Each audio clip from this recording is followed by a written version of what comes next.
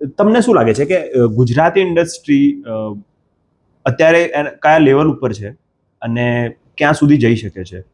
અગર આપણે કમ્પેર કરીએ કે સાઉથની ફિલ્મ ઇન્ડસ્ટ્રી અત્યારે જે લેવલ ઉપર છે અને ગુજરાતી ઇન્ડસ્ટ્રી છે, તો એ ડિફરન્સ કેમ છે અને એ કેવી રીતે પૂરો થઈ શકે?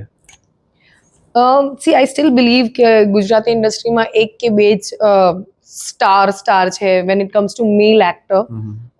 મલ્હાર સરસ કરે છે અને Yash is doing a good job. Oh, by the way, I forgot Janki's name. I absolutely love her work. એટલે you can call her one of my favorite. એટલે એક તો you need to have versatile actors. જે character sketch બનવું જોઈએ અને જે character લખાયું છે એ રીતે કાસ્ટિંગ થવી જોઈએ, ના કે મને આની જોડે કમ્ફર્ટ લેવલ છે કે વી આર ફ્રેન્ડ્સ એટલે આપણે આને કાસ્ટ કરી લઈએ. હજી પણ એ કેરેક્ટર સ્કેચ બરાબર લખાતું નથી, specially van it comes two female actor.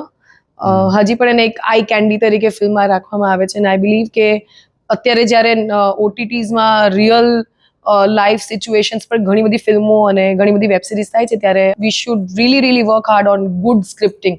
હજી પણ મને એવું લાગે છે આટલા બધા સરસ એક્ટર્સ છે પણ main hero of the film is definitely the script, great direction and great screen play અને ગ્રેટ એડિટિંગ. જો આટલું 4 વસ્તુ બરાબર હશે ને તો આઈ બિલીવ એક સારા ડિરેક્ટર કોઈને પણ એક્ટ કરાવી શકે છે. સાઉથ ઇન્ડિયામાં બેનિફિટ એ છે કે 5 થી 6 રેડિયો ચેનલ્સમાંથી 5 રેડિયો ચેનલ્સ એનું જે લોકલ લેંગ્વેજ છે એ જ યુઝ કરે છે અને એના જ સોંગ્સ વગાડે છે, વિચ ઓલ્સો મીન્સ કે જે લોયલ્ટી ત્યાંના ઓડિયન્સની એમના લેંગ્વેજ તરફ છે એ હજી આપણા ગુજરાતીમાં એ લોયલ્ટી નથી કે આજે ઇંગ્લિશ, હિન્દી અને ગુજરાતી ફિલ્મ રિલીઝ થઈ હોય તો પહેલાં લોકો પ્રિફર કરશે કે કોઈ સુપરહિટ હિન્દી ફિલ્મ જોવે, પછી ઇંગ્લિશ ફિલ્મ જોશે અને we are the third priority.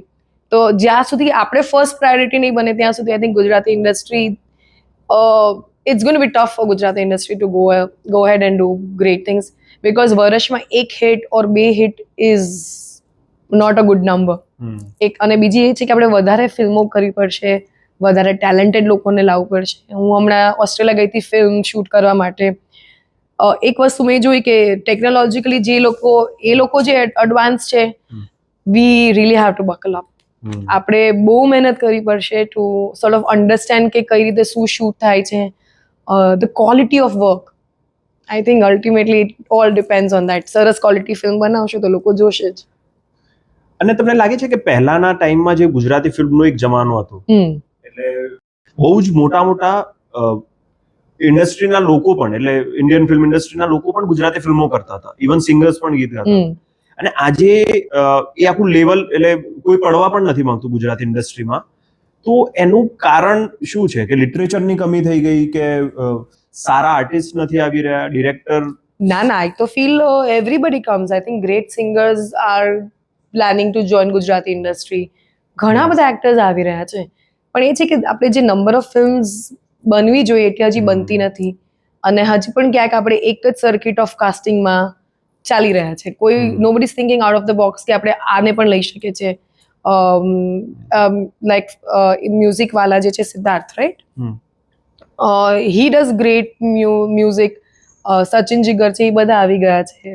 તો આઈ થિંક સારા સિંગર્સ આવશે જ. When there is money I think everybody will come if you pay well. ચલો, સિંગર ને એ લોકો તો આપણે આવે છે, એક્ટર્સ પણ ઘણા લોકો, જેમ કે અમિતાભ બચ્ચનને પણ હમણાં જે ફિલ્મમાં કેમિયો કર્યો, પણ જે પ્રોડક્શન જે લેવલનું ગુજરાતી ઇન્ડસ્ટ્રીમાં થઈ રહ્યું છે એ તમને લાગે છે કે અપ ટુ ધ માર્ક છે? It is getting better. જે પહેલા આપણે કરતા હતા એનાથી અત્યારના તો સારું એવું છે, બટ સ્ટીલ હજી પણ એ કોસ્ટ કટિંગ વાળો જે વિચાર છે એ જ્યાં સુધી જશે ને ત્યાં સુધી આપણે મેગા ફિલ્મ્સ બનાવી નહીં શકીએ. આપણે અત્યારના વાત કરીએ અગર 50-100 કરોડ વાળી ફિલ્મો બને છે હિન્દી અને સાઉથ ઇન્ડિયન ફિલ્મ્સ, એમાં રિકવરી પણ છે. It is so hard two recover money from Gujarati film industry. Subsidy જે છે સબસિડી લો ને ઓટીટીમાં જે તમને રિલીઝ કરો એમાંથી તમને જે પૈસા મળે, which is negligible. The loss, any business would want to make profit. Loss making business તો કોઈને એમાં પડવું જ નથી. સો આઈ બિલીવ કે રેવન્યુ જનરેશન થશે તો જ આ ઇન્ડસ્ટ્રી બેટર થશે ને that's why I tell all the audience also કે ₹50 or ₹100 ટિકિટ તમારા માટે બહુ ઓછી કે નાની અમાઉન્ટ હશે, પણ જો બધા એક સાથે આ ₹100 ટિકિટ લઈને જોશે તો ક્યાંક રેવન્યુ જનરેશન થશે. એ રેવન્યુ યુઝ કરીને પ્રોડ્યુસર બીજી વાર હિંમત કરશે કે નહીં હજી એક ફિલ્મ બનાવીએ. So I think that is how it works. અને આઈ એમ લુકિંગ ફોરવર્ડ કે ગુજરાતી ફિલ્મ ઇન્ડસ્ટ્રી સરસ આગળ વધે. નેક્સ્ટ 10 yearsમાં તમે શું જોવો છો કે ગુજરાતી ઇન્ડસ્ટ્રી કયા લેવલે હશે? અત્યારે આઈ થિંક નેશનલી ઇન્ટરનેશનલી આપણે નેશનલ એવોર્ડ જીત્યો છે. ઇન્ટરનેશનલી પણ ઘણા બધા લોકો ગુજરાતી ફિલ્મ્સને જોવે છે. એ જોવે છે તો એ લોકો અમને બોલાવે છે, ત્યાં ઇન્વાઇટ કરે છે to be a part of their events.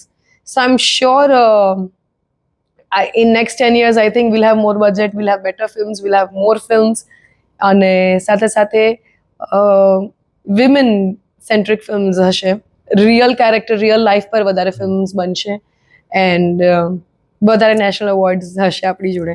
Nice. અને તમે 10 વર્ષમાં તમારી જાતને ક્યાં જુઓ છો?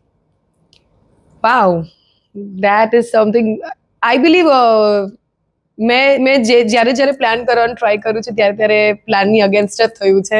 However, there are so many actors and directors who've helped me sort of understand that picking up right director and right script is very important. એટલે જ મારી હિન્દી ફિલ્મ આવીને હિન્દી ફિલ્મ પછી આજે મેં ઇન્ટરનેશનલ ઇંગ્લિશ ફિલ્મ કરી નીના ગુપ્તા જોડે. એના પછી I am being very very selective because I think પહેલાં મેં ક્યાંક મિસ્ટેક્સ કરી લીધી છે working with wrong directors or probably working with wrong production houses. એટલે in next 10 years I'll definitely be doing better films. ઓછી પણ સરસ films. Okay. And especially a film where they're also paying female actors. હજી પણ ક્યાંક મને એવા phones આવે કે અમે મેલ એક્ટરને આટલા રૂપિયા આપે છે તો તમને એનાથી ઓબ્વિયસલી ઓછા જ આપીશું, અને મને એ વિચારથી પ્રોબ્લેમ છે. સાચી વાત. અને જ્યારે એ એક્ટર મારા એક્સપિરિયન્સ કરતા એમને ઓછી ફિલ્મો કરી છે, મારાથી ઓછા એક્સપિરિયન્સ છે, મારાથી ઓછી ફિલ્મો કરી છે, ત્યારે એમ થાય કે on what basis, just because હું એક છોકરી છું એટલે I hope next year in next 10 years આપણી industry would see female actor and male actor at one level, અને I hope they make better films. Obviously in next 10 years કદાચ ઈચ્છા પણ એવી છે કે આઈ ડિરેક્ટ વન ફિલ્મ.